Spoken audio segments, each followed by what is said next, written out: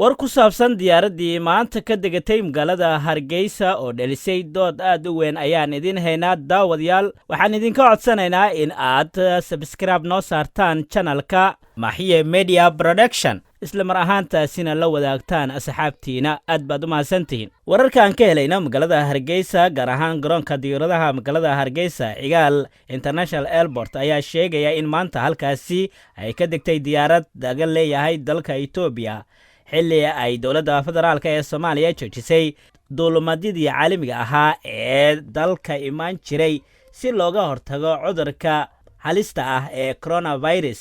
diyaaradda laga leeyahay dalka Ethiopia Ethiopia Airline ayaa la sheegay in ay ka soo duushay magaalada Addis Ababa ayna ka degtay garoonka diyaaradaha magaalada Hargaysa iyadoo maalintii Khamiista ahayd ee la soo dhaafay ka baaqatay safar ay ka tagi lahayd halkaasi. wararka aan helayno ayaa sheegaya in wasiirka arrimaha dibadda Somaliland Yaasiin Xaaji Maxamuud oo ku sugan magaalada Addis Ababa uu gacan ka geystay sidii Ethiopia Airline ay u sii wadan lahayd shaqadeeda garoonka Hargaysa inkastoo weli uusan soo bixin war ku aadan arrinkaasi. Khamiistii ayay ahayd markii diyaaradda Fly Dubai oo rikaab siday kana soo duushay magaalada Dubai ay dawladda Soomaaliya ka celisay hawada dalka xilli ay doonaysay in ay ka degto magaalada Hargaysa isla markaana lagu amray in ay dib ugu laabato dalkeeda.